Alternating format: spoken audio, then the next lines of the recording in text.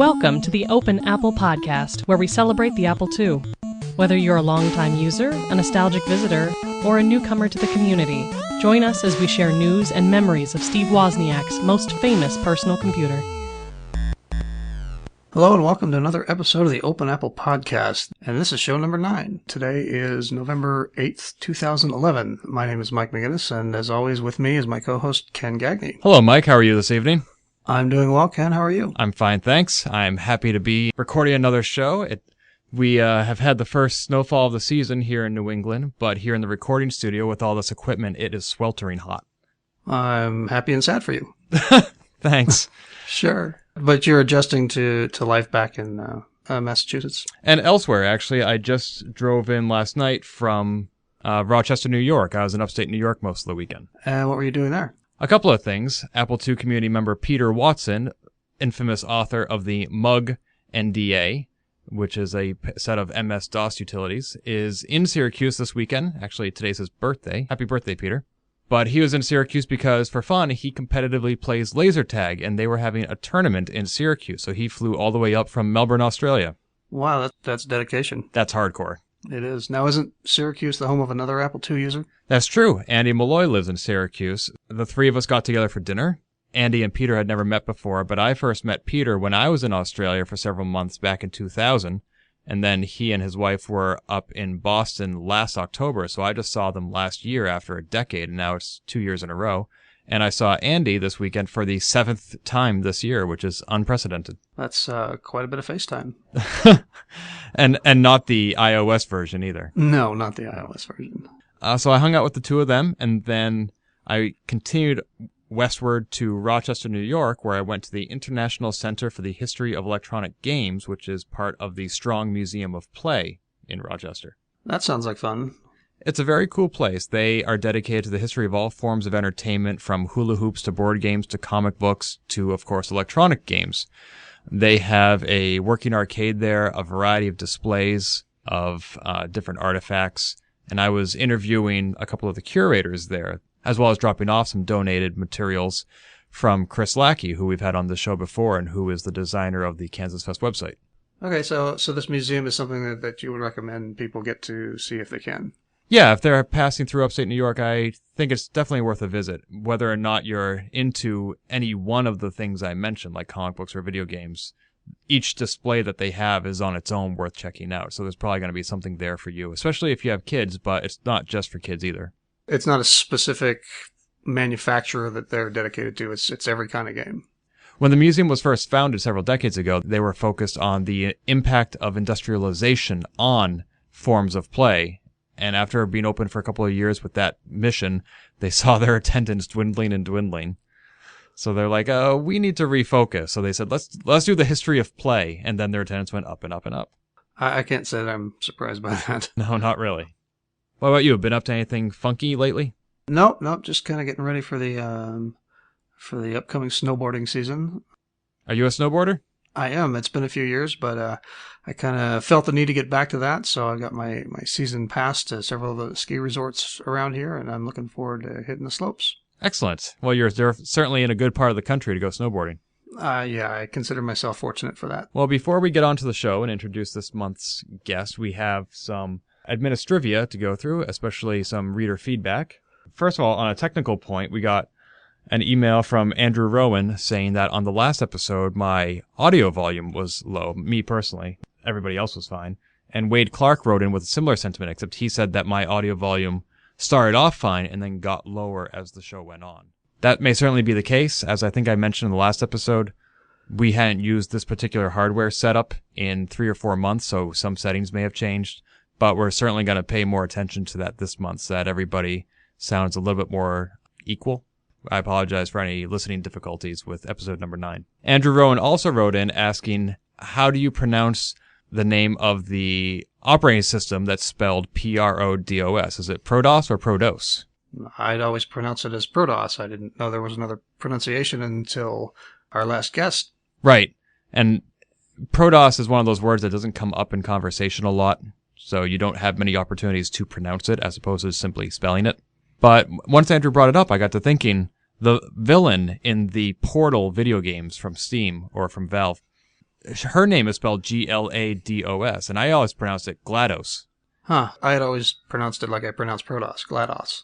Huh. I figured that because the O in that was short for operating, that it was pronounced OS. You know, I did a Google search on how to pronounce GLaDOS or GLaDOS, and it seems that I am in the minorities. I guess GLaDOS, Protoss, either one would be correct, but I think we all got each other's meaning no matter how it's pronounced. Yeah, I don't think there was any confusion about what he was talking about. And last month there was a posting on the Atari Age message board from a user called Dude's Life, and he posited the question, what's wrong with Apple II users? Why don't they share anything? And he was specifically looking for scans of magazines, books, documentation, and we had pointed out, while it is a pirate site, you could find most of the stuff on the Asimov FTP site. I think there's 50 gigabytes or so of Apple II information available there. We briefly mentioned that. Shortly after that, Dude's Life emailed us, and that was not what he was talking about. He was specifically looking for Insider and A+, and some of these other big magazines. I still think that we were kind of right on with what we were talking about. There's a lot of that stuff out there. It's not in these big websites like they are with, say, Commodore or Atari, where you can get everything in one place. But I think most of that stuff is actually out there. Yeah, we did, as far as I know, accurately represent his question in the last episode and specifically discuss Insider and A+. Those magazines were in the show notes last month. But if he's looking for an authorized index or database of these magazines, he's right, they're not out there. I've never used a Commodore 64 personally. I'm not a member of that community. The disparity between the proliferation of resources in the Commodore 64 group and the Apple II group is significant and noticeable for somebody who's coming from one to the other. And that may certainly be the case. I don't know why that is. Again, we spoke about this at length in the last episode, but I do know that there are more and more Apple II publications being put online every day, especially thanks to your work, Mike, with Apple2Scans.net. So all I can suggest to Dude's Life is be patient and we'll get there. Well, I did want to add one thing, and that's it. I wonder, because I believe he said that he was new to the Apple II community within the past couple of years. I think maybe there's sort of this misunderstanding about the size of the communities. There's the Commodore community and the Atari community are much larger, I think, right now than the Apple II. And I think that was true back in the 80s as well. There just weren't as many publications for the Apple II as there were for these other platforms.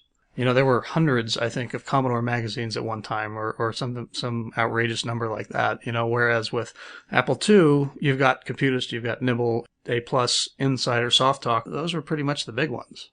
To a degree, it's almost comparing apples to oranges. There you go. We did receive one other letter from Egan Ford, and he was questioning our choice of words in the opening to every episode of Open Apple, where we refer to the Apple II as Steve Wozniak's most famous personal computer. He feels that it would be more accurate and respectful to describe it as Steve Jobs and Steve Wozniak's most famous personal computer. If that concern originates from the belief that Steve Jobs and Steve Wozniak both played critical roles in the formation of the Apple I, the Apple II, and Apple Computer Incorporated, then he's absolutely correct. Those two people were a unique duo who complemented each other in ways that were absolutely essential. Steve Wozniak had the technical prowess that allowed him to design the machine, and Steve Jobs molded it and marketed it and made it into the foundation of an empire. When we say it's Steve Wozniak's most famous personal computer, we believe that literally that is true. Steve Jobs' most famous personal computer is, in my opinion, the Macintosh. And I also believe that once you open up the case and look at what's inside the Apple II, what you're seeing is the brainchild of Steve Wozniak. We mean no disrespect to anybody else. I agree with that. When you open up the case, I think what you're looking at is Woz's handiwork. I know that Jobs certainly had a lot of ideas about what the Apple II should do, and where he kind of wanted it to go, both as a computer and as a consumer product. But he would take those ideas to Woz, and Woz was the one who would, build it into the circuit and say, or sit down and say, this is how we can make that happen. Right. So if you've heard our special tribute last month to Steve Jobs, you know that we hold him in very high regard, and we mean no disrespect. Certainly, some members of the Apple II community debate decisions that Steve Jobs made regarding the Apple II line. We're not even going to go there because you can't argue with the fact that Steve Jobs back in 1977 made everything that we do today possible, such as this podcast. Absolutely. We do appreciate Egan's feedback. We certainly agree to it to a large degree. But as far as the opening of the show, we're going to continue referring to the Apple II as Steve Wozniak's most famous personal computer. One more feedback, although it didn't come via email, and that comes from Todd Holcomb. He submitted a very favorable review on our podcast listing in the iTunes store, and we very much appreciate that.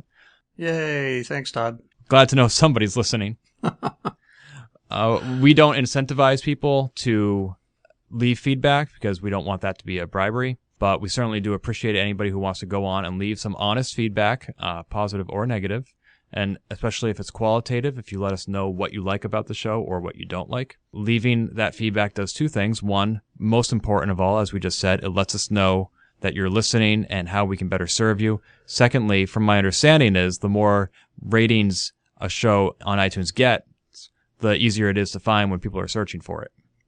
I think it does impact that search algorithm. We did have somebody who left a 1-star review and no reason why, so we don't know how we can address that listener's complaints to make it a better show.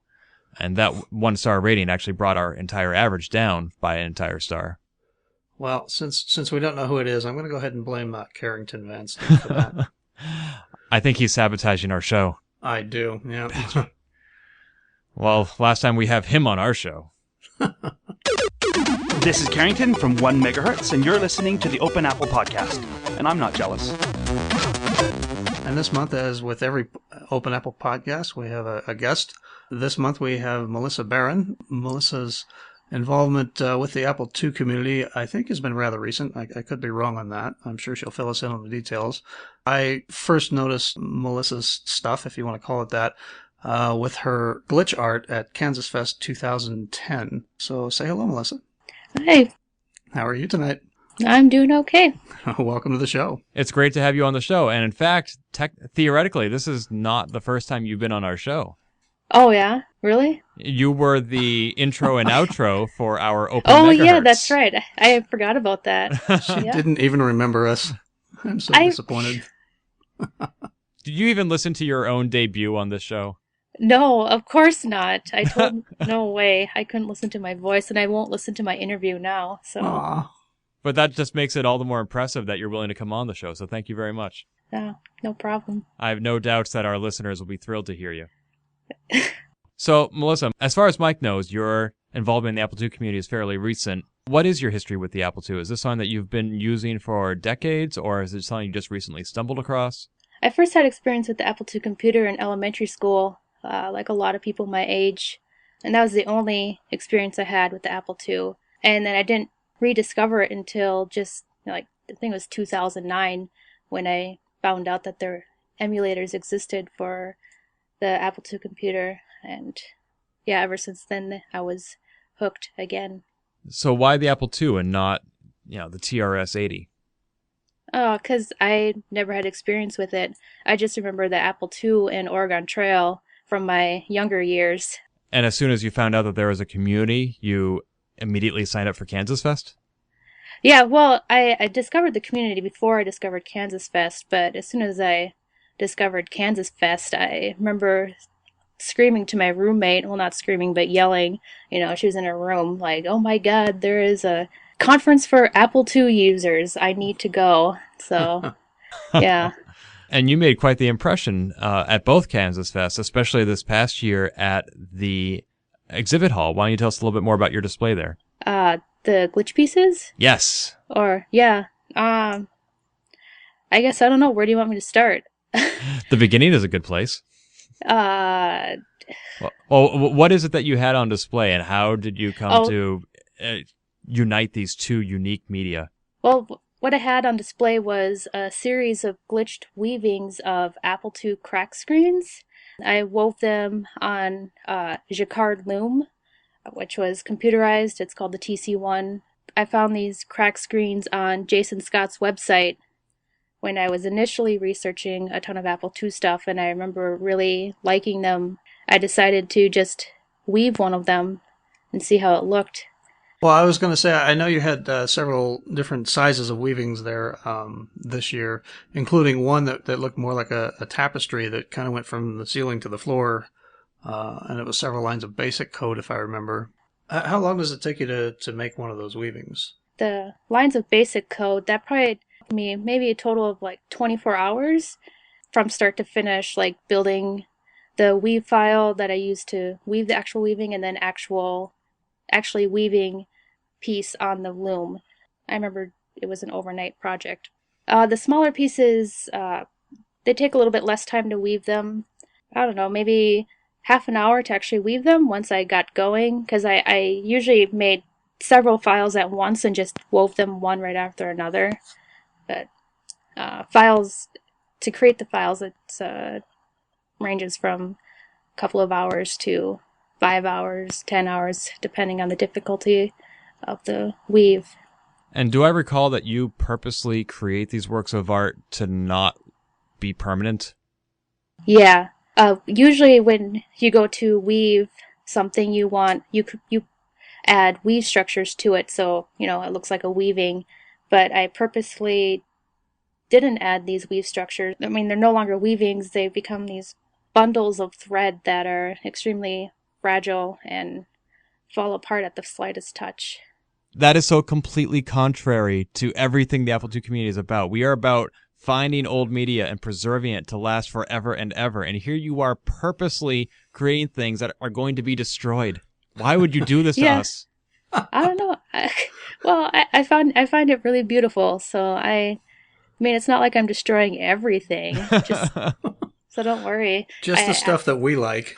Yeah, exactly. But I feel like the next step in this sort of like performance art is you're going to show up at Kansas Fest with all these beautiful tapestries and just let us watch you set them on fire or something. It's funny right now because you're actually glitching out, so only half of your words, I could only hear half of what you said. So, what was it that you said? I'm too upset. I can't repeat it. Oh. Well, Okay. I'll go ahead and summarize it in my version, what I was going to say. So eventually you're going to show up at Kansas Fest with like a Revision 0 Apple II and just have a session where you just like smash it to pieces with a sledgehammer. Is that? I wouldn't go that far. I'm not much of a hardware person, so don't worry. Yeah, you can always like start with a watermelon and a sledgehammer and just go from there. Yeah, I know. I could. You actually went to school for art, right? Yes, I did. And you've had gallery installations of this Apple II art that you've created. Mm-hmm. Yeah, one of them was at my BFA show, which was the end of the year showing. And then just recently, a couple of them were shown at Glitch. And they're now, I think they now are in Amsterdam getting set up for Glitch this weekend. That's being held in Amsterdam. You actually have pieces on international tour? Yeah, I do. Wow. That's phenomenal. Yeah, it's pretty exciting. Are you going to get to see them on display? Probably. There'll probably be pictures. I'm assuming it'll probably be pretty similar to the gallery setup that was in Chicago recently, because it's the same show. It's traveling. No, I didn't get to go to that show, but I think I saw pictures of that, and you were able to complement your art with the inspiration, which was an Apple II setup right there, right? Yeah, that was my BFA show. The Apple II that you had on display, was it a working Apple II that people could actually like play Oregon Trail or something? Well, it is a working Apple II, but for gallery purposes, I made it look like it was actually working. The monitor was actually hooked up to a DVD that was playing video work that I created. You do video as well? Yeah, a little bit, not a whole lot. Are any of those on YouTube or Vimeo? Vimeo, yeah, there's some of my Glitch videos on there. Oh, neat. Yeah. I did have one question because I'm not familiar at all with the process. How does it go from like say what I see on the monitor sitting on my Apple II into whatever it is that feeds into the loom?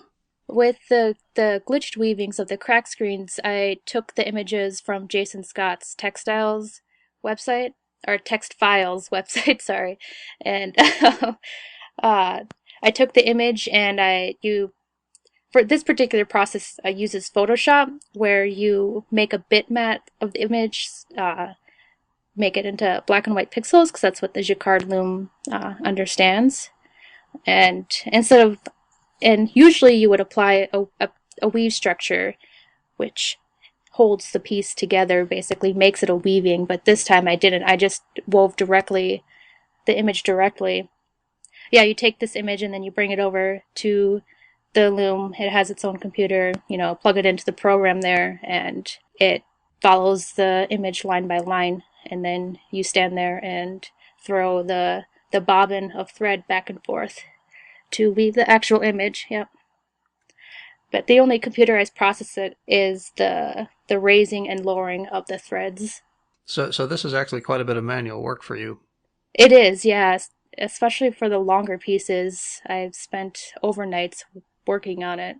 And there's only one loom, so you can't really pause and come back the next day, just so that you're not, taking over the machine for a class of like 10, 15 people. That makes your weavings even more impressive.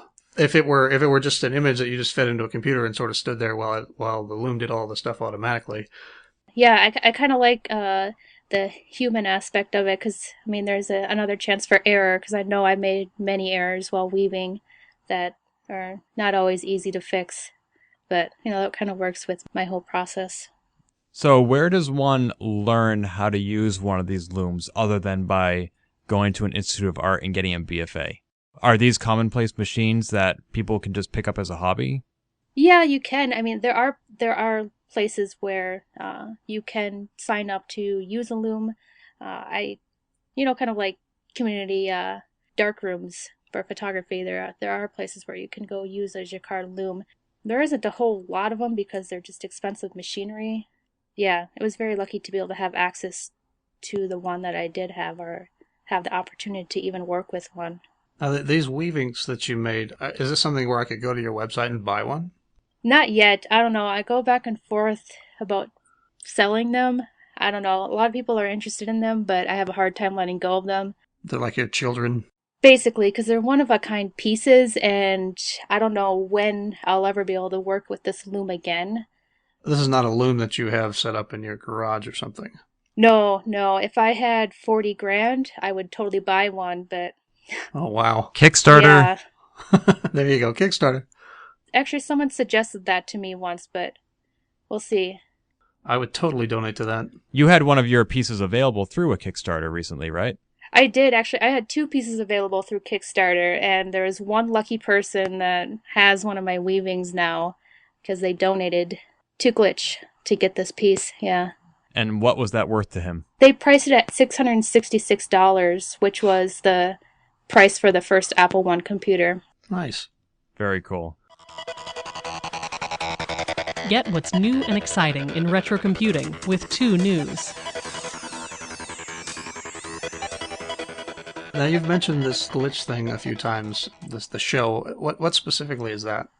Glitch is it's a now international conference for people who make glitch art and who like glitch art, and gathering of friends and other artists. I assume not everyone is showing up there with jacquard loom weavings of glitch art. What other kind of stuff would I see if I went to one of these shows? You'll see video work, a lot of real-time performances, music, circuit bending, imagery of glitches, devices to make glitches. Yeah. So there'd be plenty to see and do if I went to one of these. Oh, yeah, definitely. It was a weekend event and continuing on in Amsterdam and Birmingham. Because you just came back from a glitch, right? Yeah, I just came back from the Chicago glitch that happened over the weekend. How often are those held? This was the second year of glitch. Last year was the first one. First ever glitch conference. Well, I'm sure there's other glitch and noise conferences going on, but it was the first one of this particular kind. And they plan on bringing it back to Chicago every November? That's the plan. We'll see what happens. It's great that you have that opportunity to attend an event like that right in practically your backyard. So moving on to other news items, there's one that we've already brought up, but it's worth revisiting. As we announced in our tribute episode last month, and as the entire world has since found out, the co-founder, chairman, and former CEO of Apple, Steve Jobs, passed away last month, and there is still an outpouring of both sentiment and biography about his life that is worth mentioning. I actually purchased the authorized biography, the one that just came out, through the Amazon Kindle store, and I'm sort of reading it right now. I'm not too far into it. I just picked it up this past weekend, I think. So I can't really make a whole lot of comment on it. Sheppy bought that as well, and I think he'll be publishing a review of that soon. I can't wait to read it. I haven't gotten my hands on that yet, but courtesy a link on your Facebook wall, Mike, I did come across the eulogy to Steve Jobs that was given by his sister, Mona Simpson. What did you think of that? That almost brought me to tears. Well, that did bring me to tears. I thought I'd finished shedding them, within the week of Steve Jobs passing away, and then about a month later, this amazing tribute is published on the New York Times website, and it was really powerful. Yeah, I mean, I knew that Mona Simpson was a writer and that she had published several novels, but I'd never read any of her work until that, and that was very moving. Did I understand correctly that the tribute article I read online was a transcript of what she read at the actual ceremony that Apple held for Steve Jobs? Yeah, she wrote that and then read it at his eulogy. I see. Have you watched that video of the Apple ceremony? No, I haven't been able to bring myself to do that. What about you, Melissa? Where were you when you found out about Steve Jobs? I was actually at home. Someone texted me about it. And did you believe them? Yeah, I did, because she's a trusted friend, so... Now, as someone who hasn't been necessarily using Apple IIs, from way back when all the way through till today, how did this news affect you? I guess I was surprised, especially because it was so recently after he resigned that I was like, I don't know. It seems like it's weird that so many people, like, they will retire and then 2 weeks later they're dead. Yeah. And that just happened with Andy Rooney. What was that? 60 Minutes. He retired just this past month and passed away within weeks of his retirement too. I think the same thing happened with Charles Schultz. I think his very last Peanuts comic strip was published on the day he passed away. Yeah, it's very strange how that works. Yeah. So, however old you are, don't retire. That's right, just keep working. That's right. I've also been surprised by how sympathetic outsiders to the community have been, reaching out to those people that they know who think might be affected by this news. For example, I got a letter in the mail from my middle brother. It came with a shirt that he bought for me on his trip to Costa Rica, and he included in the note, "Too bad about Steve Jobs' recent passing.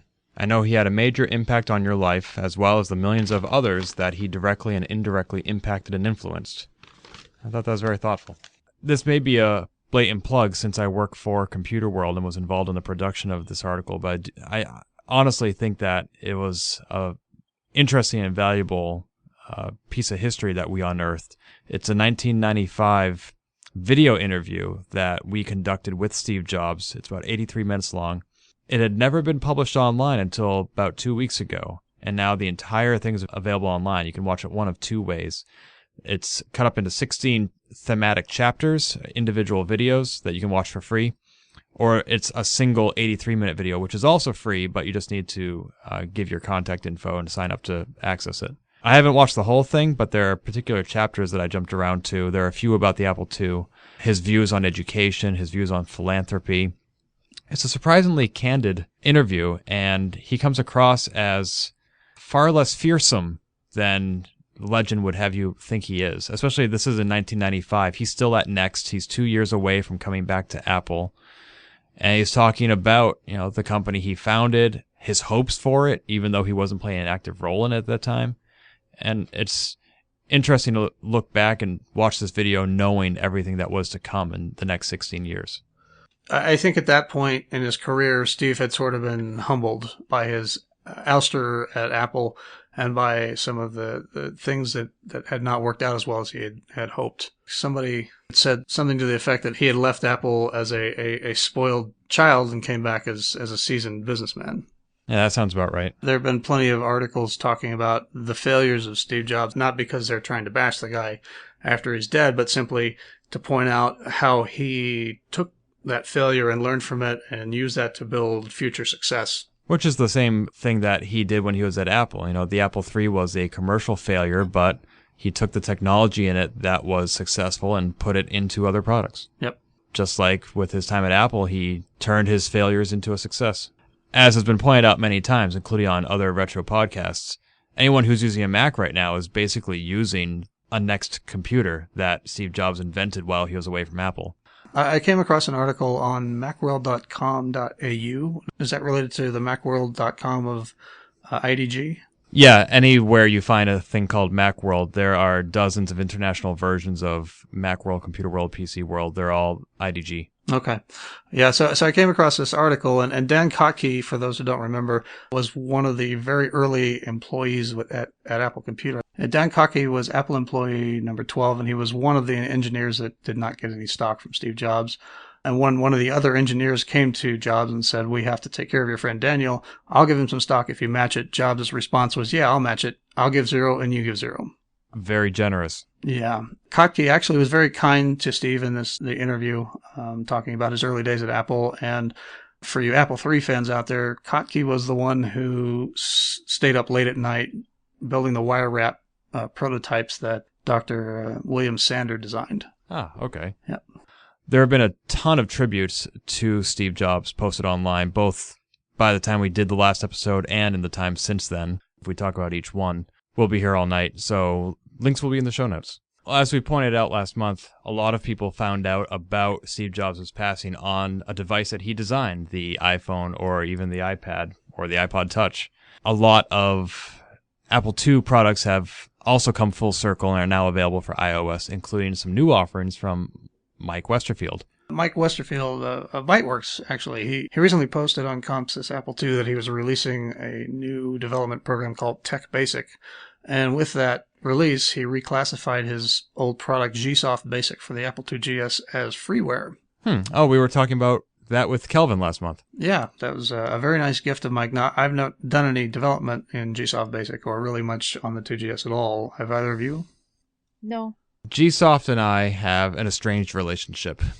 You know, it was love at first sight and a very torrid affair that lasted very briefly. I was at Kansas Fest 1998 when Mike Westerfield was in attendance and debuted GSoft Basic, and I immediately purchased copy number 11, had him autograph it for me. I tore it open and set about to write my Hackfest entry, my first one ever, in a language that had just come out that week and that nobody had ever seen before. And how successful were you? I got a lot of bonus points for audacity. Okay. The Boggle game that I was attempting to write did not, let's just say it's not going to be flying off the shelves anytime soon. Now, is this because of your inexperience with GSoft Basic, or were there other issues with the program? I do recall that there was some actual issue I had with the language that wasn't my own fault.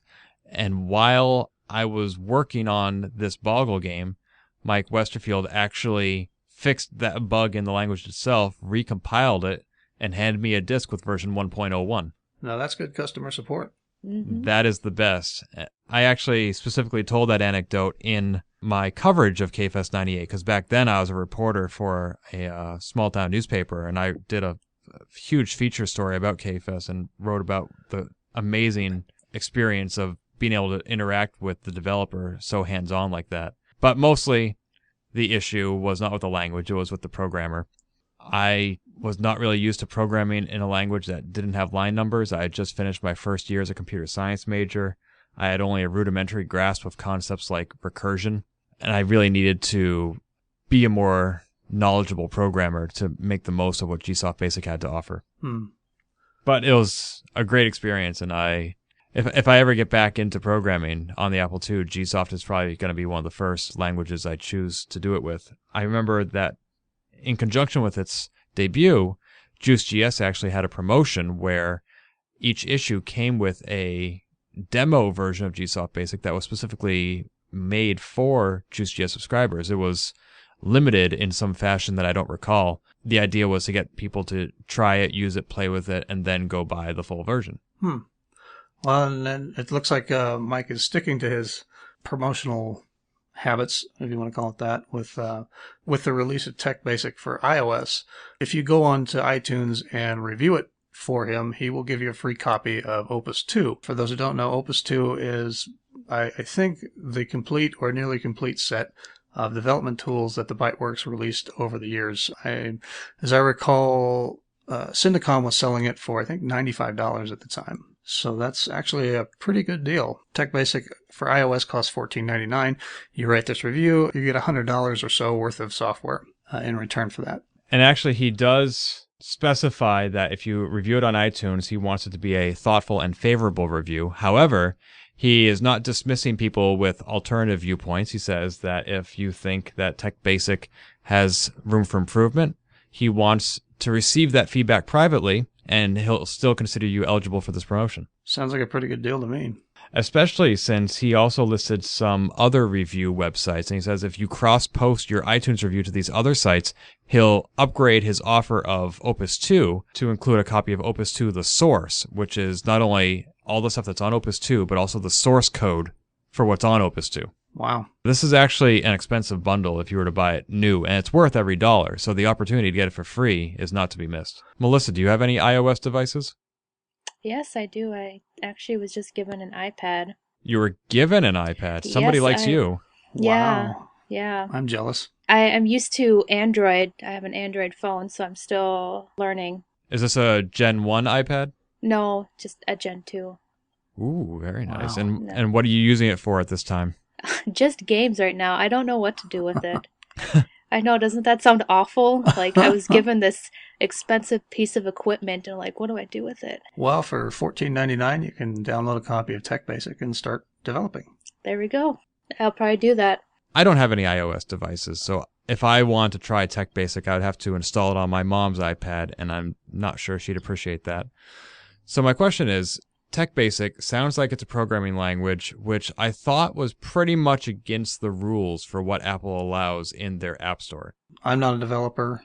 I'm not part of the Apple developer program or anything like that, so I can't speak with any authority. I know that there are definitely rules as to what you can and can't have listed in the App Store. I don't know how Mike implemented it in a way that would have allowed him to do that. I don't know if they just haven't caught it yet. They're going to pull it because they do that. True. Actually, I seem to recall that a few months ago, Mike resigned from his job. He just found it not enjoyable and too much work and not enough ROI. So I certainly applaud his courage at pursuing an alternative path. Given that, though, and that this is a commercial product he's selling, I would be inclined to believe that he's playing by the rules if he is expecting to rely on this for any significant amount of income. I'm reading the description right now in the iTunes Store, and it says TechBasic lets you collect information from built-in sensors, process the data with powerful basic programs, and plot the results for visualization. So it actually sounds like a very specific tool rather than A development environment. Right, yeah. And I could be wrong on this. This is just what I'm reading in the description here. Maybe we should have Mike on the show. Maybe we should. Do you have his phone number? I'll call him right now. Hey, it's not unprecedented. Another Apple II software-related news. Mark S. Russell has released Open Emulator 1.0 and then quickly updated it to 1.0.1. This is an Apple I emulator for Snow Leopard and Lion on the Macintosh. According to his About section on openemulator.org, Open Emulator aims to be an accurate portable emulator of legacy computer systems. By using a software components framework, it is easy to expand a software emulation with additional software devices, just as a real system could be expanded with devices. It's freeware, so you can download it and start using it today. He does have a donation button, so if you want to donate, you can do that. What do you think is the fascination with Apple I replicas in the past 3 or 4 years? It seems like there are so many different ways to use this archaic machine now. Probably availability. It's really hard to get a hold of an original to sit and play with. Prior to these replicas, did people want Apple I's to play with, or are they really more of a collector's piece? I don't know. That's a difficult one to answer. I mean, I bought Mike Willigill's Brainboard. I'm never going to get my hands probably on a real Apple I, and I don't want to sit and solder together a replica. So at least I have the option to emulate the software on an Apple II. But now that you can emulate it on the Mac for free, does that make you regret buying a Brainboard? I think using the Brainboard in a real Apple II is sort of a closer experience than, say, Apple Win on Windows or Virtual 2 on the Macintosh. I'm looking at his Open Emulator here, and it looks like it actually also emulates the Apple II. And you can add things like the Apple II drive, the Disk 2 interface, the Apple III drive, the Apple Graphics tablet interface, and some other stuff. So looks like it's already become more than just an Apple I emulator. Actually, you reminded me, I think Mike Westerfield released the source code for his Brainboard, so technically that can be emulated. Right. That's no relation to what Mark Resi has done with Open Emulator. This is not a virtual Brainboard implementation, is it? No, I think this is just another emulator, but it was aimed specifically at the Apple I, and now he's expanding it. And I know he mentioned in a post on CSA2 that he was looking at doing Apple III emulation, which would be nice because there isn't really a complete, well-working package out there right now for that. I would like to see an emulator written for the Apple I. What would it emulate? Anything would be impressive. Melissa, you were not at Kansas Fest when Vince Briel did his Apple I workshop, but you were there when the Brainboards were being sold this year and when the A2 MP3 workshop was being conducted. Do you have any sort of favorite peripherals or accessories or emulators? I don't really have any favorite accessories. I haven't added or modified any of my hardware, but I do use the Virtual 2 emulator. That was the very first emulator that I discovered, but I don't know, I'm a big fan of emulators. I'm a big fan of emulators just because they allow for anybody to work with an Apple II computer, when you can't get your hands on actual hardware. That's right, because your Oregon Trail hack, that was done with disk images, right? Yeah, I didn't own anything then. Do you have any Apple II hardware now? An Apple IIe and a 2C. But you must have sent one on tour with your weavings, right? No, the weavings that are on tour right now are just the weavings. I didn't send any video work. I remember how impressive it was that you gave a presentation at your very first ever Kansas Fest. Many people need to come for 4 or 5 years in a row before they can identify some unique knowledge and also build up the courage to share it. And there you were in the very first year demonstrating your Oregon Trail hack that you did, as we said, through emulators and word processors, and you wrote an article about it for Juice.js for people who need more details. But that was just such a cool session, and I so much enjoyed it. And I know everybody else did, because I think it was Ivan Drucker who said, "This may be one of the coolest things I've ever seen." Yeah, I remember that. Yeah, I mean, I wasn't originally going to sign up to do a session. Andy emailed me to ask me to do one, so I was like, sure, I'll do one. Because that was something of a reprise of another session you'd done at another conference, right? Yeah, it was similar to it, yeah, at Nauticon in Cleveland, Ohio in 2010. Yeah, I think the Apple II community is sufficiently small that when we get a new member, we're instantly intrigued by this person. Since you had presented at Nauticon, I wouldn't be surprised if your name showed up in a Google search that Andy came across and said, "Oh, this is potential presentation material." Yeah. I remember my presentation being posted in the Apple II group on Facebook. Like someone reviewed it, and maybe he even saw it there. It's always great to have new members join the community, but it's especially great when they dive right in and start contributing in a meaningful way, like you did, and especially since not to belittle anyone who's developing software or hardware for the Apple II, but your contribution was such a unique thing. It was great to see, and like everybody else, I was really blown away by your presentations. Yeah, I was really nervous about being accepted. I didn't think that anyone would care about what I was doing, so it was nice to see that people were interested. It was a much needed breath of fresh air. Absolutely. Yeah, that's cool. But your Oregon Trail hack was done with text editors, and I want to mention one that just got updated, and that would be Lightroom for the Mac. This would not normally be an item that comes up on Apple II podcast, but Lightroom was reviewed in a recent issue of Juice.js as being a word processor that captures the focused Zen sort of approach to word processing. Just like AppleWorks Classic on the Apple II, it is a monotasking program, not multitasking. It takes up the entire screen, which I guess is probably more commonplace now that Lion's out. And you can set the font and the color so that it's, green Courier text on a black background, which is very retro, and allows you to focus on your writing and your editing without being distracted by the YouTubes and the Facebooks and the Twitters and the emails. And the podcasts. and then the podcast. So it came out to version 3.0. Unfortunately, it was advertised as now Lion compatible, so I immediately paid an upgrade fee because it's just a shareware program, and I had a registered version 2.0 and wanted to upgrade. And it was only after I upgraded that I found out it's not Lion compatible per se. It actually requires Lion, and I'm on Snow Leopard. That's a bummer. Apparently, I wasn't the only one who made this mistake or misunderstood his intention, and he realizes this, and he was offering refunds to anybody who wants it. I said, that's very gracious of you. I'm sure it's inevitable that I will be on Lion myself, so I'll just hold on to this very affordable license that I paid for until the day I can use it. Until then, I had a backup of version 2.0, so I just reinstalled that. Not a problem. But if anybody wants to try out Lightroom, the link will be in the show notes. And there are a ton of other programs similar to it for both Mac and Windows, which were reviewed in Juice.js earlier this year. Melissa, even before you came to KFest 2011, at which Jason Scott was in attendance, your paths had crossed before, right? Yeah. His website was one of the first websites I found that had information about the Apple II, and my professor, he knew Jason Scott, so he got me in contact with him for a while, and I was asking him some questions about what I was doing, but, he's a busy guy, so I felt like I was kind of bothering him. But then he was also at Nauticon. While I was there, he did the block party.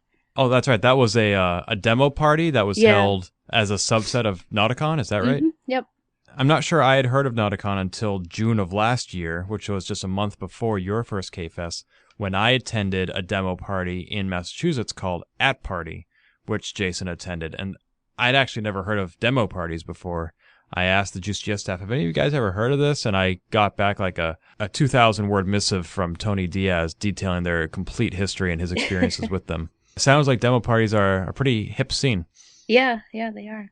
Jason Scott is probably not too well known in the Apple II community for his contributions to the demo party and the demo scene, but more so for being the keynote speaker at K-Fest and also for his documentaries, which would be Get Lamp and BBS the Documentary. We spoke last month about how Jason was on Kickstarter, launching yet another project. He was on there 2 years ago, I think, raising funds to finish Get Lamp, which he successfully did. He raised $25,000 for the Jason Scott sabbatical, he called it. He has been on it for the past month, raising $100,000 for another 3 documentaries on the subjects of the 6502 processor, which powers the Apple II, tape as a medium, and arcades as a place, as opposed to necessarily the games people play there. That Kickstarter is still ongoing. He's still raising funds. However, on the 45th day of his campaign, he met his goal and reached $100,000. So he will be awarded at least that much at the completion of his Kickstarter, which is just a few days from now. Congratulations, Jason. Yeah, that's awesome. Yes, well done. Ideally, sometime in the next 4 years, because he has predicted a publication date of around 2015, we will have those 3 documentaries consume and share. I'm looking forward to that. Yeah. Ken, you had mentioned that one of his documentaries is the 6502 chip. I actually came across an article on archaeology.org, of all places, entitled Digging into Technology's Past. It talks a little bit about the history of the 6502 and how it was developed by Moz and bought by Commodore and that sort of thing. They talk about some of the problems that they ran into, or that they're running into, with how do you preserve an actual working microchip as opposed to just having PDFs of the schematics and the operating specs online. And one of the things that came up was that the Visual 6502 demonstration, which we talked about I think previous show, which is I think it's a Java applet or a Flash demonstration of a 6502 in action, as you can type in commands and see how they're executed through the hardware in the chip. Yeah, there seems to be a lot of interest in that chip lately, not only the archaeology piece you found, the documentary that's coming up, but wasn't it in the last year or so that somebody actually, I think they x-rayed the 6502 and put up scans of its innards? Does that ring a bell? Yeah, that sounds right.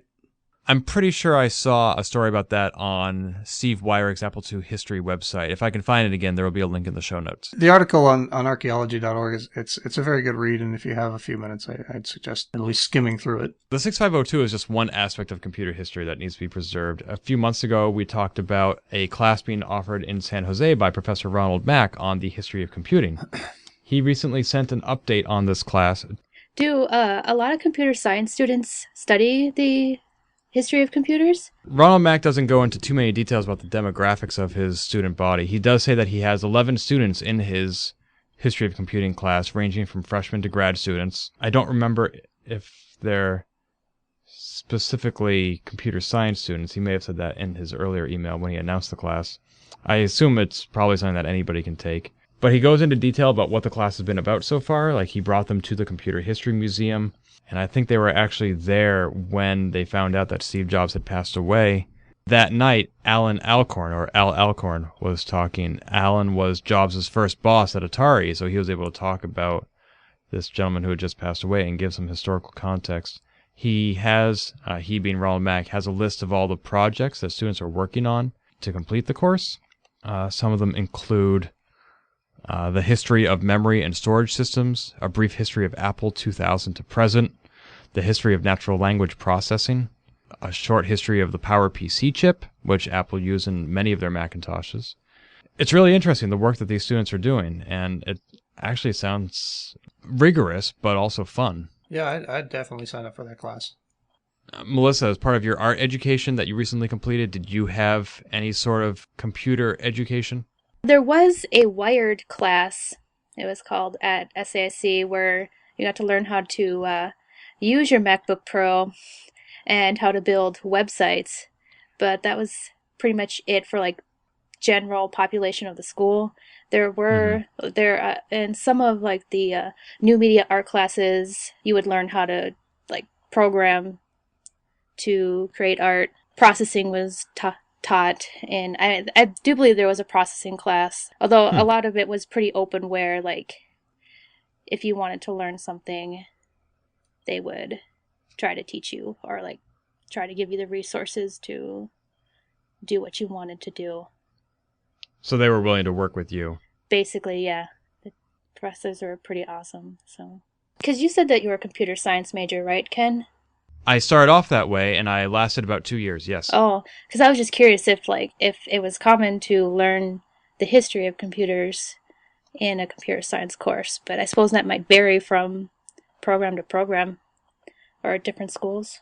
It definitely is a variable aspect of the curriculum. When I was a computer science major, that was probably about 15 years ago, the one class I took that was not actually focused on using and programming computers was a class called The Social Implications of Information Processing. And we talked about artificial intelligence, privacy, and all different subjects like that. It was more of a social studies course than it was computer science, really. And there was this one kid who could not get through a single 1 hour lecture without talking about Skynet. Oh my God. I was going to kill him, I swear. But yeah, the history of computers, that is something that is, I think, a really fascinating subject. Having been in education as a high school teacher and having presented at many Kansas Fests and most recently at the Denver Apple Pie Users Group, I definitely like presenting about a topic that I'm knowledgeable about and passionate about. And that intersection occurs with the Apple II. Mm-hmm. Having recently moved, I went to my local library to introduce myself and said I would like to give a presentation about the computer that Steve Jobs and Steve Wozniak invented before the Macintosh, which you may not know that there was one, but there was. And I gave them the video of the Denver Apple Pie presentation I gave this summer and said I want to modify that talk for a more general audience, for a non-Apple Users Group audience. With Steve Jobs having just passed away, I think that might be really interesting. Let me know what you think. Because, you know, the library has a lot of education components and outreach and lectures. I attended one on the history of postage stamps, which I thought was fascinating, just for fun, because I could.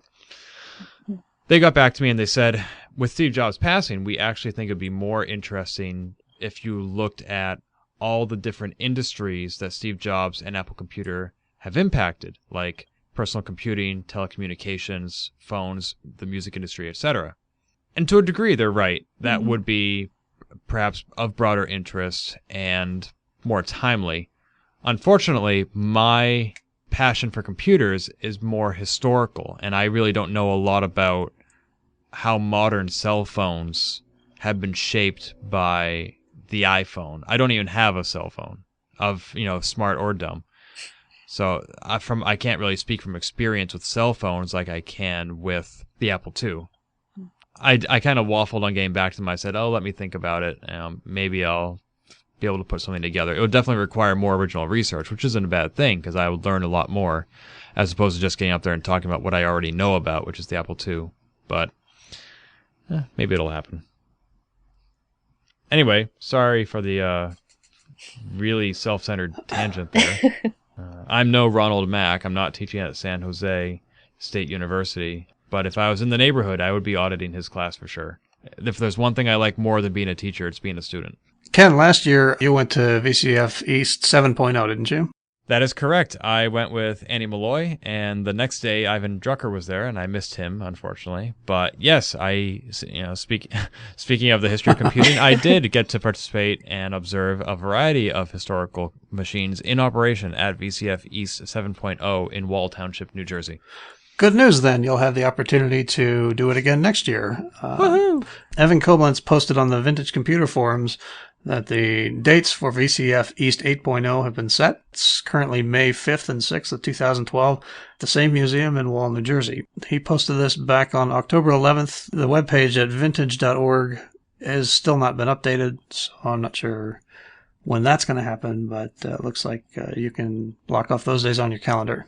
Yeah, my understanding is that the organizer of the event and the organizer of the website are not the same person, so there's often a gap there. I guess that makes sense. Actually, it doesn't, but I probably actually... well, first of all, it's interesting that VCF is going to be held in May. It was held in May this year, so that's consistent, but historically, the 6 previous VCFs, I think, were mostly held in the summer or the fall, especially September-ish.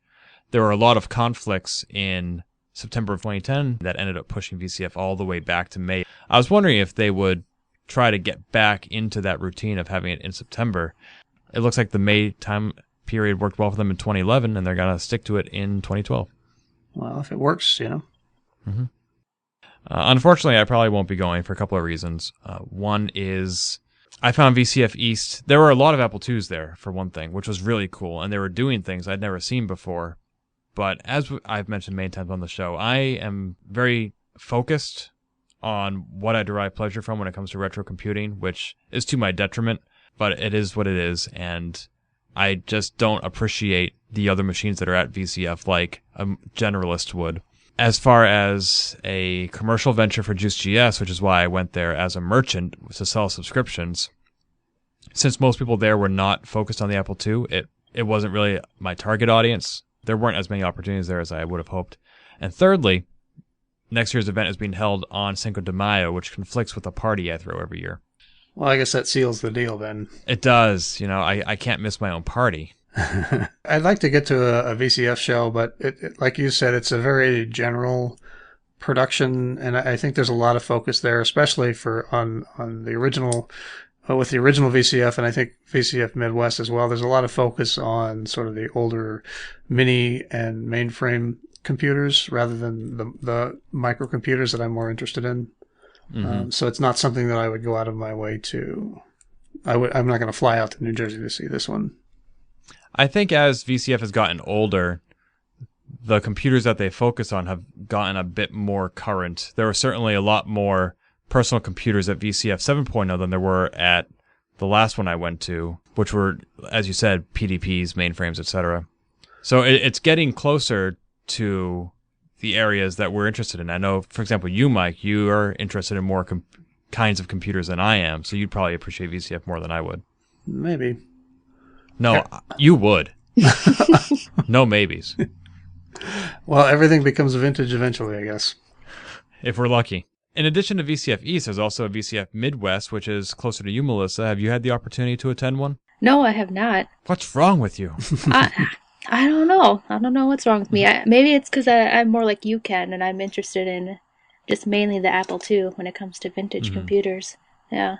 I don't know, maybe someday, because I know there was one either in Chicago or pretty close to Chicago, unless if they're always in the same city in the Midwest. I don't know. Even if you didn't appreciate VCF, I bet VCF would appreciate you. If you set up a display with your weavings, they would probably find that as cool as the Kansas Fest community did. Yeah? Yeah, Maybe? I think there would be a lot of interest if you did that. I'll have to look into that. Mike, I haven't seen the announcement from Evan about VCF. Did it go into any more detail other than just the dates? Like, did they announce any sort of speakers or the like? Well, he started a thread on the vintage-computer.com forum, and the only thing that he posted, it just simply says May 5 and 6, 2012 at our museum in Wall, New Jersey. Webpage not yet ready. Okay. Yep. Well, I mean, that's similar to Kansas Fest. The very first thing that we do when we get back from each Kansas Fest is announce the dates for next year. And then we announce the keynote speaker. And then we announce registration. Then we announce the sessions and events. Yeah, I mean, there's still plenty of time for them to put something together. Right. And if the next VCF is run similar to how the last one was, it's something that you just sign up for at the door. It's not like K-Fest where you need to, reserve a room and make sure that you're going to be there all week. So they're not really in a rush. I've never been to one of these, but as I understand it, it's a lot more informal than what you see at Kansas Fest. I would definitely agree with that. It's kind of like the old vendor fairs that Kansas Fest had when it was at Avila. It was a different building, a different room. It was huge. It was subterranean. And people could just walk around and look at all this different stuff, whether or not they were buying it. In a way, it was less intimate, but also more exciting than the vendor fairs we have now. And when I was at VCF, I was reminded of those old vendor fairs. Interesting. Isn't it? It is. There was also a VCF Southwest recently. If they reiterate that event next year, I have the perfect venue in mind. It may require a little bit of fundraising on Kickstarter, but I think they can do it. Oh, where's that? 8207 Two Coves Drive in Austin, Texas, and is also known as Britannia Manor, home of Lord British, a.k.a. Richard Garriott. And you think he would just let people come in and do that? I think he would sell the property to VCF because it is actually currently on the real estate block. Really? Yes, for a cool $4.1 million, this 5,900 square foot property, including a 360-degree observatory with telescope, a pool, grotto, waterfall, and a variety of other features can all be yours. Yeah, I've seen pictures of this actually online. It's and I think he's kind of modeled it after some of the buildings and places in the Ultima games, didn't he? That I don't know about, but I certainly wouldn't be surprised. It was built in 1987, so it's only 24 years old. Ultima is older than that. Yeah. Well, sign me up for that. Are you going to bid on this just like you bid on that Castle Wolfenstein painting on eBay? Yeah. Yeah. Wait, Castle Wolfenstein painting? Oh, that was a couple of episodes ago. The original box art for the original Castle Wolfenstein by Silas Warner on the Apple II was actually originally an oil painting, and that original painting was on eBay. Oh, that's pretty cool. Yeah, I think I bid Mike and I both bid around $500, and for a while there, I was actually the top bidder, and my heart was frozen while I had that position because I didn't actually want to win. Yeah. But in the last minute of the event, it went up to like $2,000. Oh, wow. I thought it was like 6,000. It was significant. Yes. Certainly more than I could afford. But despite the thematic correlation, I just really can't see that particular piece of art hanging in Britannia Manor. Yeah, that would be a bit out of place. Yeah, an unusual juxtaposition. One thing I haven't been able to figure out, though, is why Lord British is selling his manor. It isn't said anywhere? If he has, I haven't come across it. It's possible that with his fallout from NCSoft, the company that publishes MMO Tabula Rasa, and or because of his expensive flight into outer space several years ago, that maybe he needs the funds with which to support further adventure. He is quite the geocacher, for example. But if he's not living in his manor, where will he live? I don't know. Now, I wonder if the realty company that's handling this piece of property is getting many calls from people who claim to be interested, but all they really want is just a tour of Britannia Manor. Probably. I know if I lived in that area, that's something that I would do. I wouldn't be surprised. I mean, you get that with any old house, really. I like looking at houses. even if they aren't famous. Yeah, but do you call up the realty company pretending to be interested in buying them? No, I haven't gone that far yet, I guess. Yeah. Well, I guess you're just not hardcore enough. No, I'm not. What's it worth to you? Hold on to your wallet as we look at the latest Apple pickings. Our eBay section is a little bit light this month just because we had so much news to report, but I do want to mention that I have been active on eBay again, just as I was last month, although this time it was not cheesy 80s movie soundtracks. What was it this time? Cheesy 80 Apple II hardware. I think that's a better investment. Yeah, probably in the long run. Just before I left Massachusetts on my sabbatical this summer, I encountered some bad 5.25-inch floppy disks, and I didn't have time to diagnose the problem. Recently, I had a free lunch break at work, which is where my Apple II is, and I went to play some of the microzines I picked up at K-Fest, and I could not get them to work, which was weird because I actually knew that those disks worked. So it wasn't the disks after all, it was the hardware. And I spoke to you, Mike, about doing, what's it called, a speed adjustment? Right. That may have fixed my issue, but at the same time, I had brought back to Massachusetts from Denver the Apple II of one of my college classmates and gave it to her so she could have it back in her possession, having moved here from Denver herself many decades ago.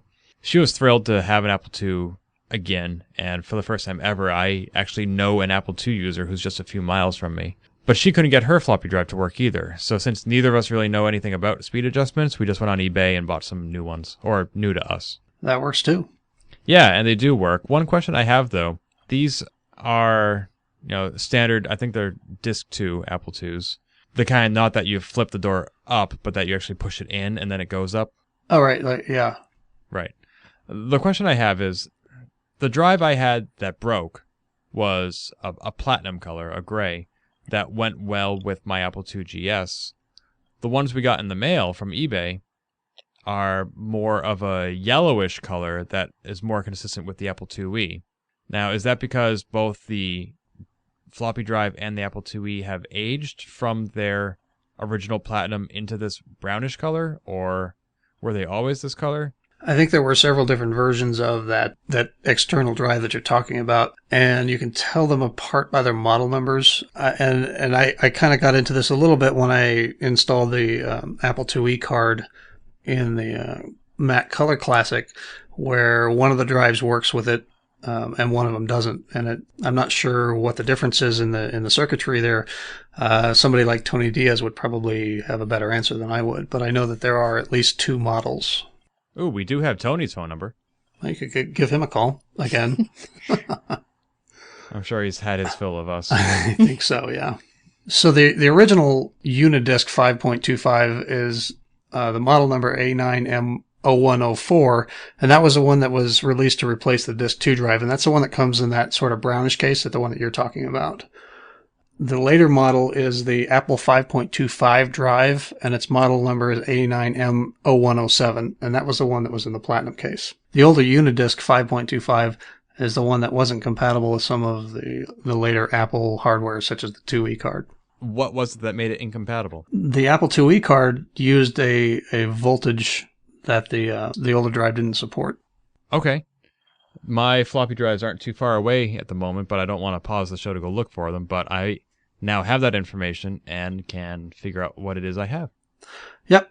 Well, I'm not sure which model number I have. I do know that I'm disappointed to have exchanged my consistent platinum drive for an ugly brown one, whereas Sarah is thrilled to have a lovely brown floppy drive that goes great with her Apple IIe. Well, did you keep the old platinum case?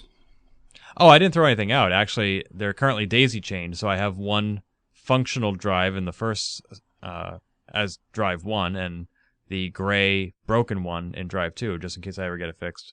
Well, you could swap the working circuitry into the other case if you wanted to. Oh, I hadn't thought of that. I was probably just thinking in the long term I'd bring the supposedly broken drive to Kansas Fest and have somebody there fix it. You could do that too. Because I'm lazy and don't want to learn how to do it myself. Melissa, you mentioned that you have pretty much nearly a stock Apple II.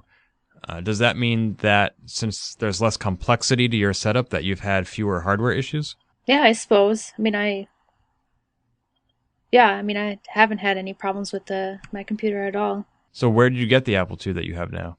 I don't know. I got it for Christmas, actually, from my parents. I don't know where they got it. Is that the kind of gift that you ask for, or do your parents just know you that well?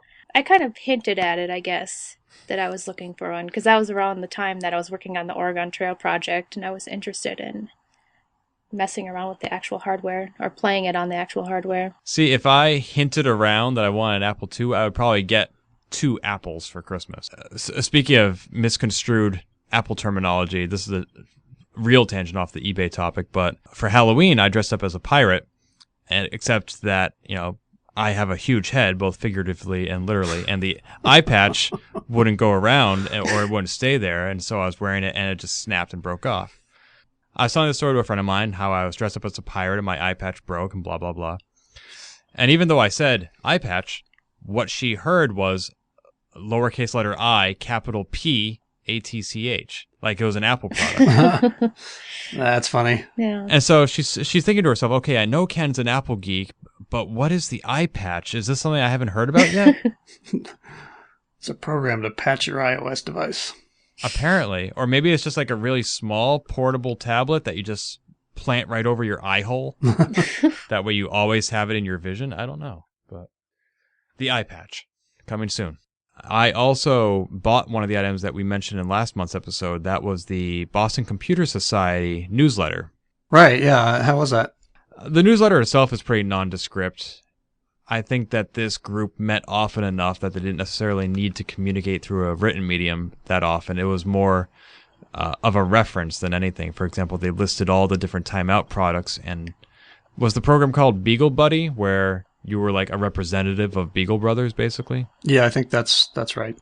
But basically, instead of upgrading your software through Beagle Brothers sent a master to a representative with the BCS. You would go to that person, and as long as you had provided documentation that you owned the original, you could upgrade right from him and just get a disk right at the meeting. That's a good idea. Yeah, so what the BCS newsletter listed was, here are all the products that you can upgrade through us. And there were a couple of articles in there as well, but the most informative piece of information that I got from that, and really this is the reason I bought it, was for the masthead, because I wanted the names of the people who were responsible for this publication and this SIG within the larger BCS. I did recognize one name. That was Edmund Lundberg. I have not only communicated with him previously, but also his website is listed on the A2 Web, which is a index that David Kerwood maintains of Apple II user homepages. Not complete, but comprehensive, and occasionally outdated. But in this case, it let me get in touch with Edmund, and I asked him, do you know where I might get more BCSs? Do you know how these newsletters were created? Do you know if they were done digitally, and if so, if the original files are still available? Because I don't know if this is something that you sparked in me, Mike, or if it's just my work through JuiceGS, but I'm really keen on Apple II publications being preserved. And so I would like to get my hands on some more BCS Apple newsletters and see if we can give those a new lease on life somewhere online. Yeah, it's actually interesting that you would mention this. One of my more recent Apple II history interests, I guess, if you want to call it that, has been the sort of the history of these user groups that, you have these, in the case of BCS, you had tens of thousands of people joined at one point. And I think there's a rich history there that sort of only exists now in either whatever the user groups happen to capture on video at their meetings or in these newsletters. I have a whole stack of Apple III user group newsletters that I've been scanning and posting, and I have a stack of the Gravenstein Apple user group. I have a bunch of their newsletters, and I think that's having those and going through them has certainly sparked my interest in that. That information can be significant. For example, about a year ago, we got a hold of the videotape of a Gravenstein users group meeting where Joe Cohn demonstrated the Mark Twain Apple II GS. Right, that's exactly what I was thinking of. We never did identify who was behind the camera, but we spoke to so many people who actually were at that meeting, and they all said, whoever was behind the meeting has no concerns about copyright, so go ahead and digitize and publish this. So we did, and we hope that we were respectful. And at every opportunity, we said, if you know something that we don't, please get in touch with us because we want the bigger picture. But you're right. Whether it's a video or an audio recording that Resource Central recorded at Kansas Fest, or a newsletter that your local Apple users group published. For example, I used to belong to the Apple User Society of Melbourne, or AWESOME for short, and they had a magazine, not a newsletter, but a magazine. And there was some Apple II information in those, and I have a collection of awesome magazines that I don't know why I haven't sent them to you yet to digitize. Well, I'll get on that. Would you do that for me? I absolutely would. Yeah, I think this is an important part of Apple II history that largely gets ignored. Have either of you ever actually belonged to an Apple users group, whether or not it's Apple II? Mm-mm. I belonged to several bulletin board user groups back in Southern California when I was active in that community, and several of them were Apple II specific, but they were more about the BBS and less about, Apple II in general. Were there real-life meetups based around these communities? Yeah, most of them had at least a monthly meetup at the local pizza place. That sounds like fun. Yeah, it was. People would come and hang out and eat pizza, and if you were old enough, drink beer, and sort of meet the faces that were behind the posts that you saw. Which somehow ties all back into eBay. Because it's a big community. Actually, it's a small community. Another item we mentioned last month was the AutoArc hardware compression software. One of our listeners pointed out that auction item was actually being sold by Stephen Buggy, who is, or has been, a member of our community. He would create, I think, alternative power supplies with which to replace the inbuilt one in the Apple II GS. Has anybody ever used a Buggy power supply? I have not. By the time I was interested in upgrading, he had stopped selling those. I remember he wrote some articles for JuiceGS, actually, and we still actually have some subscribers who remember and reference them. But you're right, it's pretty much the same time here. I thought he was on his way out as I was coming into the community, so to hear that he's selling stuff on eBay kind of came as a little surprise to me. I wonder if I should drop him a line and say, hey, pleasantly surprised to see you're still around. What's up? Well, in fact, it's funny that you should mention that because I recently, within the last week or so, bought a lot of Apple II joysticks, and it turned out that Stephen was selling those too. Oh, so you actually had a business transaction with him? I did, yes. I'm, in fact, waiting for them to arrive. They're scheduled to show up tomorrow. Send him our regards. Well, I hope it's an indication that he's still involved in the Apple II world rather than that he's just selling off stuff that he doesn't care about anymore. Right. Fortunately, my experience is that people in the Apple II community are pretty respectful of their own property. An Apple II user recently reached out to me to tell me that he was going through a very sudden and challenging period in his life, and he needed to get rid of his Apple II stuff. He just didn't have room for it anymore. And he needed a solution that was free, quick, and easy. And for him, that meant throwing it all in the dumpster. But he didn't want to throw it in the dumpster, so he took the time to reach out to me and say, is there anything you can think of as an alternative? And of course, I thought, oh, well, you could put it on eBay. But even if he made a few bucks off it, that wouldn't be the quick and easy solution he wanted. So since I know where most of the Apple II users are in different parts of the country and the world, I was able to find some near him and put them in touch, and one was able to take this hardware off the other's hand just to give it a good home, which is, any home that isn't the dumpster. Yeah. But for Apple II users who do have the time and energy, it can be profitable to put your old stuff on eBay. It certainly can. There have been a couple of Apple IIs listed recently on eBay, one of which sold for $5,000. $5,000. $5,000. And what is it about this machine that makes it worth anything near that amount? Probably a collector with more money than sense. $5,145. This is actually a late model Apple II. It's not even one of the original revision zeros. This is from the date code on the motherboard is the 35th week of 1979. I wonder how much an early model would go for these days. But with expensive items like this also comes the caveat emptor, and that's that some of these things are not what they appear to be. What do you mean? Well, there was another Apple II that was listed right around the same time, maybe shortly thereafter, that also sold for $5,100, which turned out to be an Apple II Plus in an Apple II case. Do you think that was an intentional deception on the part of the seller? Somebody on CompSys Apple II actually reached out to the seller, and the response that they got was that he was aware that it had been modified at some point in the past, but he didn't really seem to care one way or the other. And it's interesting because if you look, the serial number sticker on the bottom of the plate is actually for an Apple II, an original Apple II, and it's in fact serial number 4264, so it's fairly low. But the keyboard, the power light, and the internals are all Apple II Plus. Is that the product of a relatively simple hack, or was this something that was intentionally done to make one thing look like another? If I had to guess, I would say that somebody originally had an Apple II, and then, when the 2 Plus came out, bought the internals and just upgraded it and probably recycled the old parts. Whoever the seller is certainly benefiting from that. So probably the seller is not the original owner who did that upgrade. No, I wouldn't think so. But it is unfortunate that whoever spent $5,100 on this thing is not getting probably what they think it is.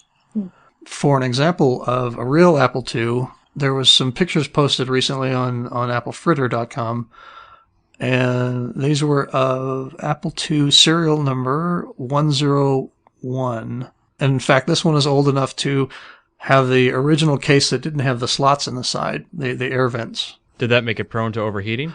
Well, if you were there at Kansas Fest, I think Bob Bishop actually talked about having one of those cases for his Apple II serial number 13, and the case melted. Eek. Yep. Which is why they put the vents there. But if you want to see what a real Apple II Revision 0 looks like, definitely check out the Apple Fritter thread.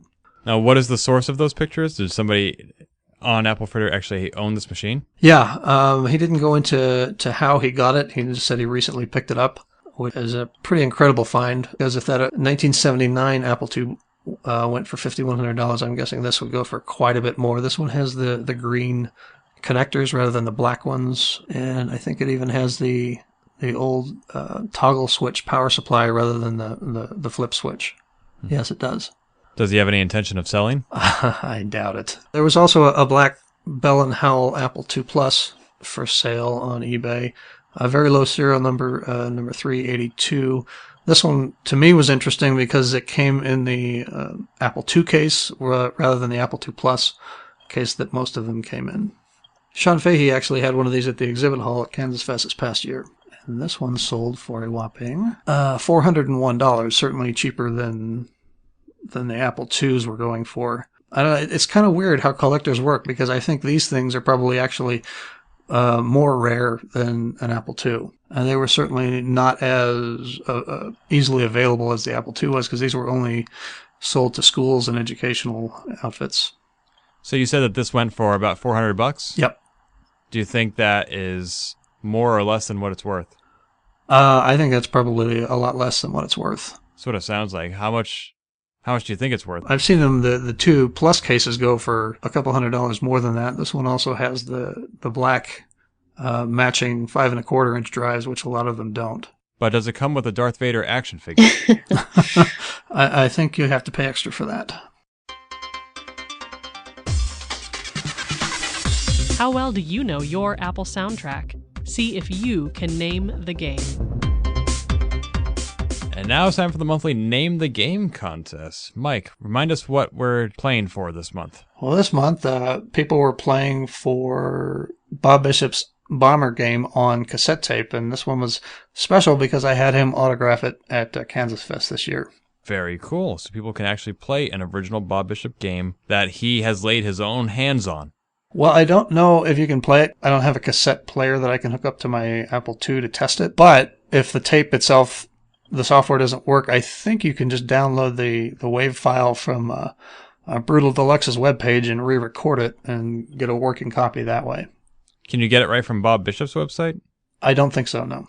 I think you can get the source code, but not the file that you would need. I mean, you could sit there and type it in, I guess, but it would probably be quicker to just use the recording that Antoine has on Brutal Deluxe. The reason I ask is if Bob himself is publishing the source code, then chances are getting an unauthorized copy from elsewhere probably isn't piracy. No, I wouldn't think so, not at this point. The game that our listeners were challenged to name to win that prize sounded something a little like this.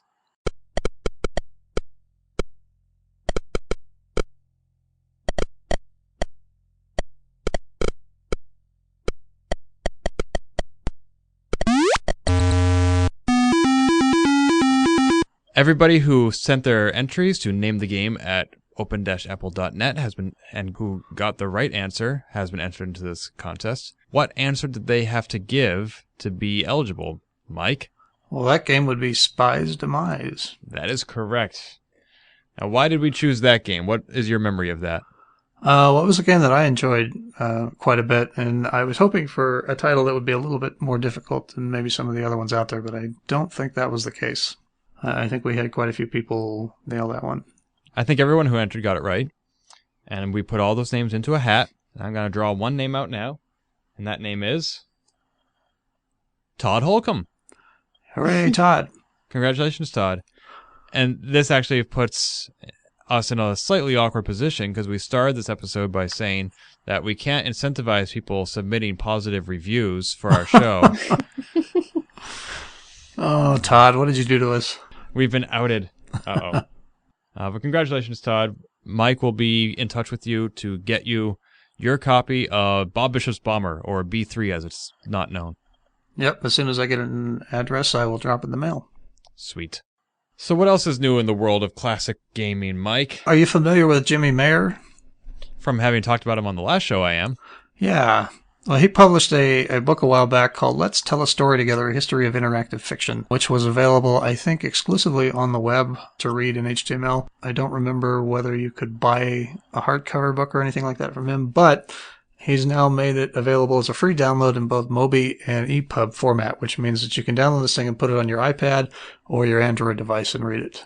Ah, that's much more portable than the old HTML version. I think that version came out 5 years ago. I don't know that he's made any changes to the book other than to the format. But it's still a free book, right? Yeah, it's absolutely free. Okay. And well worth reading. Oh, have you read it then? I'm making my way through it. It's very good. Well, and if you've read his blog, you have an idea of how well he writes. Right. I often fall behind on his blog because his writing is so substantial that I want to take the time to fully absorb it, which means setting it aside for when I have the time to appreciate it, and that time doesn't come very often. I mentioned last month my concern over his blog posts not often citing their sources. He did reply to me personally on that point, and he said that if you follow the links in his blog post, the sources are often there. And if they're not, it's probably because he already did the research for this ebook. Oh, great. Okay. So if you're wondering the source of Jimmy's wisdom, go ahead and download a free copy of his book. It's not available from Amazon or iTunes or anything. You actually have to go right to his website and just click download. Sure. And there's another ebook that just came out of interest to Apple II users.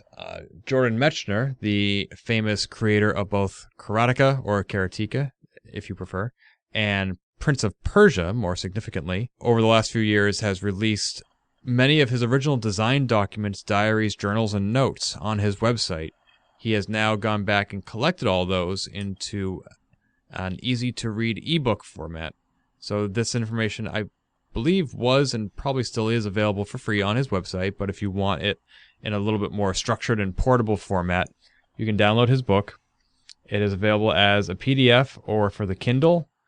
Unlike Jimmy Mayer's book, this book is a commercial product for $7.99 in either format, but you can download the first 40 pages for free as a PDF off his website so that you have an idea of what you're going to get in the 330-page Prince of Persia PDF that you can otherwise buy. $7.99 for that book sounds like a pretty good price. I'm definitely interested. Yeah, I think it's really impressive how much history some of these developers documented of their own accord, keeping all these diaries and journals, not just at the time, like taking the time during his programming to write down what he was doing, but then holding on to those documents for 30 years. That's not the foresight that many people have. When I first booted up Karateka, I was just blown away by the graphics and how he was able to do something like that on the Apple II. And so now I'm looking forward to kind of reading his perspective on the work that went into it. However, one enterprising programmer didn't need all those design documents to do his own variation on Jordan Mechner's work. A Commodore 64 programmer by the name of Mr. Sid ported Prince of Persia to the Commodore 64, which is pretty impressive, as a commenter on my blog said, not bad for an inferior machine. Jordan Mechner himself came across this port, and he actually commented on the blog where the port was announced. I would think that this sort of technically this is a violation of copyright of intellectual property because you're copying the look and feel of his game without his permission, even if it is for a non-commercially viable platform.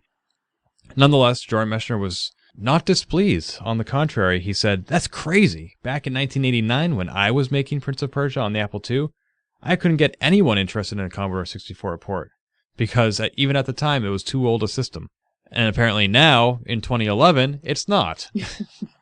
There are some YouTube videos available where you can see the gameplay. The graphics are different from the Apple II, but all the levels are the same. The gameplay is pretty much identical. And I think that's pretty neat. Have you ever played any version of this game, Melissa? No, I haven't. Really? Yeah. Oh, you should get a hold of it. I should. Not only are the rotoscope graphics pretty cool to see on an 8-bit system, but the game itself is actually pretty fun. I think I might have played it on the Super Nintendo, but the version I'm most familiar with is actually the Xbox Live Arcade. They create a game called Prince of Persia Classic that has all updated graphics, but it's still the original game, especially in the sense that you have only 1 hour to finish, because that was one of the challenges. It starts off with the evil vizier turning over an hourglass, which represents 1 hour, and you have until that hourglass runs out to save the princess. So you can die and go back to a certain point, and I believe that resets time to when you were at that point. But as far as a single playthrough goes, you have to do it in 1 hour, which is quite the challenge. Yeah. I'm still not sure I could beat the game without any sort of restriction like that. Another game that used rotoscope graphics, which I was also a fan of on the Super Nintendo, was Out of This World. It was sort of a platform puzzler, and I blogged on Apple 2-Bits, my personal blog, back in March, the announcement that it was being ported to iOS, which I was totally psyched for. But since I don't have an iOS device, it kind of fell off my radar after that. And I just found out from listening to Carrington on the Retrocomputing Roundtable podcast that it actually came out last month. Wow. It's called Another World on the iOS, which is the name the game originally carried everywhere in the world except the United States, where it was called Out of This World. It's $4.99. I have since purchased it and downloaded it onto my mother's iPad, which is the only iOS device in my entire family. So next time I can get my hands on that, I'm going to give it a try. But I wish that this had happened like 7 years ago, not that there was an iOS back then, because in a former life, I was a high school English teacher, specifically science writing, and I taught them how to write in all sorts of different genres and disciplines. One area I wanted to go into and never did was the art of the instruction manual. I had the whole lesson plan in my head. I wanted to give the students a copy of Out of This World and no manual. Because this game, it's dense. It's somewhat inscrutable, at least on the Super Nintendo version. You're not really sure what the buttons do. You're not really sure what your goal is, because the main character, he starts off by waking up in an alien world. In an ocean, actually. And you don't know, do I swim up? Do I swim down? Is that thing deadly? Is this thing alien to me? I don't understand their language. Are they friend or foe? And I want to give the students this game to play and say, how would you explain to somebody else how to play this game? So basically, they needed to figure it out and then translate their experience into meaningful documentation. But of course, there was no easy way for me to get 16 kids playing a Super Nintendo game that had come out 15 years earlier. Yeah, I bet that would have been a bit of a challenge. Right. That would have been more of a challenge for me than it would have been for them to actually write the manual. Right. So that lesson plan never got executed, but nowadays I could just pass out 16 iPads and say, here, play this game. Because, schools are that well funded. Yeah. In other iOS vintage gaming related news, Elite Systems has announced that they're going to be releasing the Elite Collection for the iPad. Now, this is 12 8-bit titles, and the ones that will probably be of interest to the Apple II users are Choplifter, the Alternate Reality series, Archon 2 Adept, and if you're like me, Mule. Mule is one of those titles that appeared on the Commodore 64 and for whatever reason was never ported back to the Apple II. But if Prince of Persia came out on the Commodore 64 recently, well, maybe there's hope for Mule too. It's never too late. Yep. Now, a lot of those games sound familiar to me. Choplifter, I played on the Apple II, and there's a new version coming out for the PlayStation 3 this quarter. I don't think it's out yet, but it's certainly due out soon then. I can't wait for both of those titles. And Archon, I'm not really sure I know Archon 2, but Archon 1 is available for iOS already. Okay. Now, Melissa, you said that you're using your iOS device primarily as a gaming machine. Are any of those games informed by your Apple II experience? No, not at all. So, I mean, I just recently got this device and I'm still getting used to it. I don't know. tell me you've at least played Scribblenauts. I haven't, no. Okay, nothing to do with the Apple II, but you got to get your hands on Scribblenauts. It's awesome. Now, these 12 games that Elite Systems is coming out with, Mike, is this a single bundle that people buy and get all the games? Well, according to Touch Arcade, that's the case. It's they didn't announce a price, but it looks like you buy one thing and you get all these titles. Wow. Yeah. That's probably going to be a really good deal. Yeah, it's not out yet because as soon as it comes out, I'm going to buy it. And that's why I can't really comment on it because I haven't seen it yet. Is there a release date? There was not as of October 24th when Touch Arcade announced it. You can buy Alternate Reality The City as a standalone title for 99 cents. Well, Touch Arcade says that Elite Collection is supposed to come out the weekend of October 28th. Maybe it's been released. They do have something called ZX Spectrum Elite Collection. I wonder if that's the same thing. That would mean these titles are based on the ZX Spectrum versions of these games. And that was released, that was released on September 2nd. I don't know. Well, I see an Alternate Reality that came out October 28th from Elite Systems, but it's just the one game. Right, that's the 99-cent one. So maybe these are individual games and not a pack? Well, according to Touch Arcade, it's the Elite Collection, which includes 12 8-bit titles. Maybe they're just not done yet with all the titles. Oh, that reminds me that Wizardry just came out for the iPad. Actually, I'm sorry, not the iPad. The iPhone is not optimized for iPad. Okay. It's called The Labyrinth of Lost Souls, and it's actually heavily inspired by anime and manga, because if it looks like a Japanese RPG, and I believe that is where the series has gone. In its heyday, it was actually quite popular in Japan, so when the series died off in the United States, it kept going over there, and now they've started porting them back to us. So this isn't like an original Wizardry port, it's more sort of a descendant of Wizardry? Exactly. Okay. If you want something closer to those classic wireframe dungeon exploring roots, I would recommend Akalabeth, which I know is not Wizardry, it's Ultima, but Wizardry and Ultima, in my opinion, both started off very similarly and then diverged. So I think Akalabeth is very similar to Wizardry's roots as well. Well, we've already mentioned Jason Scott a few times in this episode, so why not one more time? I picked up a tweet of his where he mentioned Andrew Plotkin's PlotX program. This is a command line tool. If you're an IF author, this tool will check your story for plot holes. I took a look at it. It looks fairly complex, and I think you kind of have to have a deep knowledge of probably inform programming, which I don't, so I couldn't decipher too much information from it, but it looks like if you're an IF author, this is probably a very useful tool.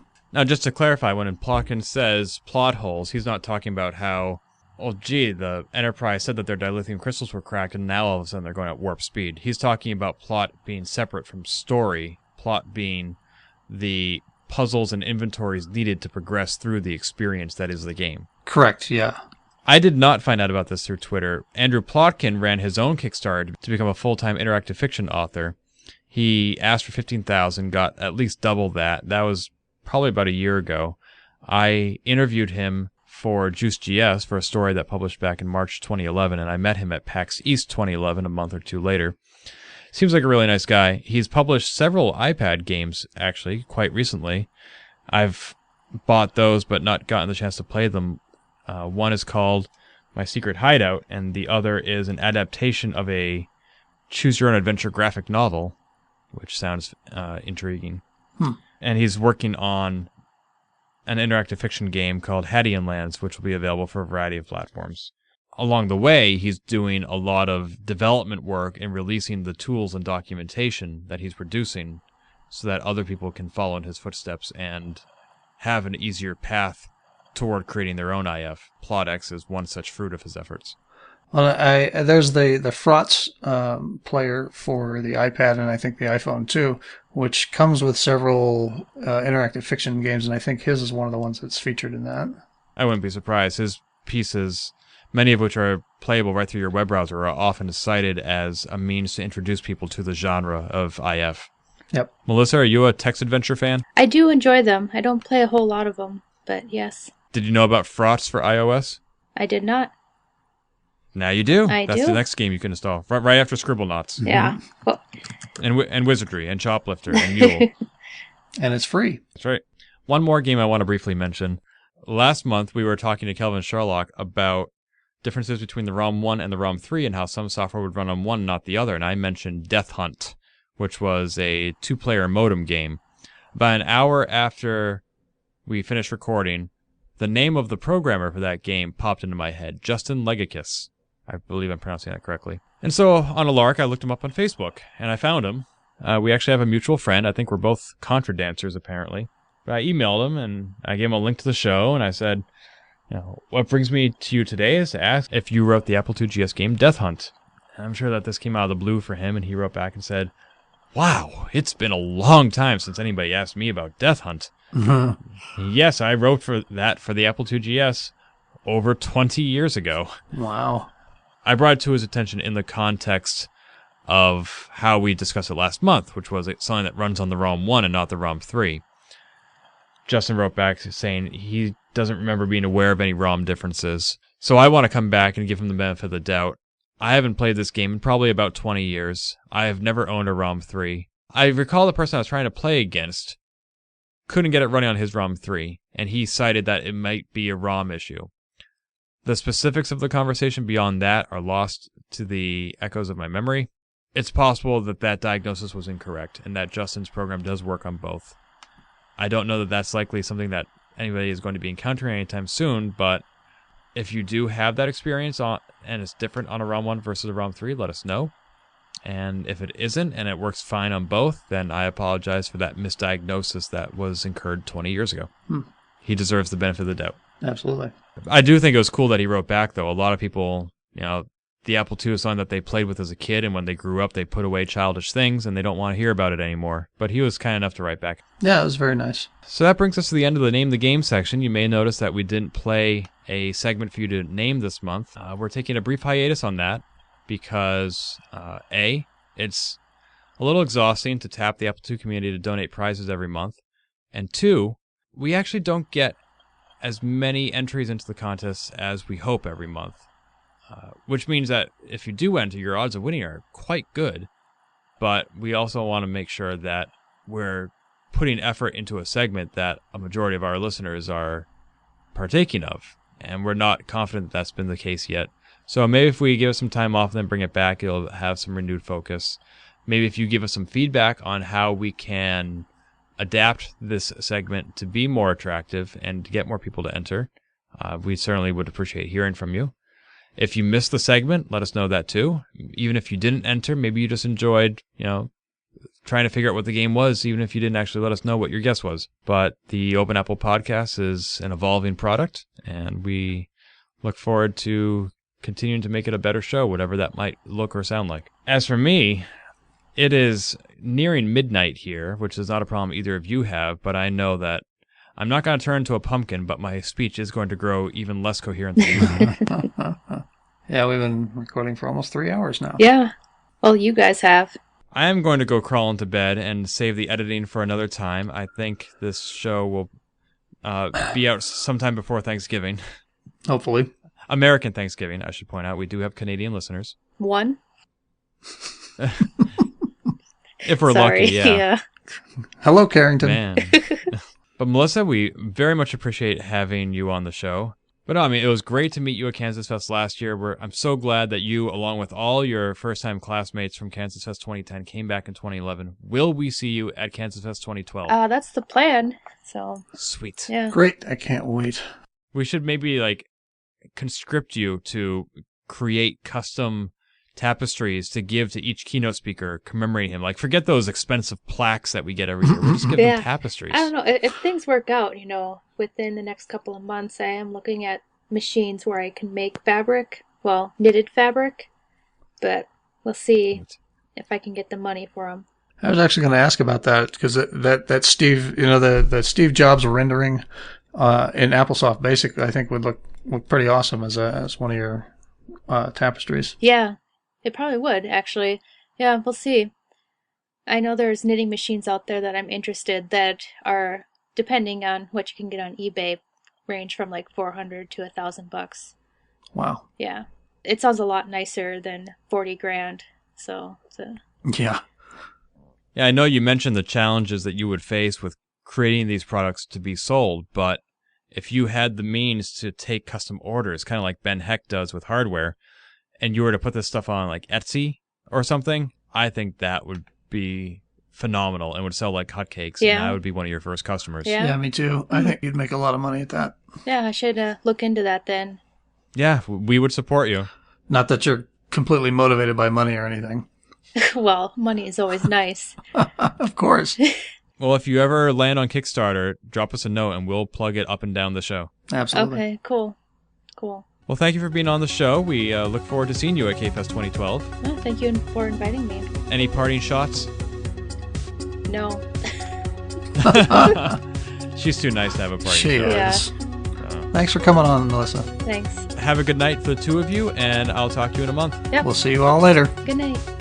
This has been the Open Apple Podcast. Find more episodes, read our blog, or send feedback by visiting us on the web at www.open-apple.net.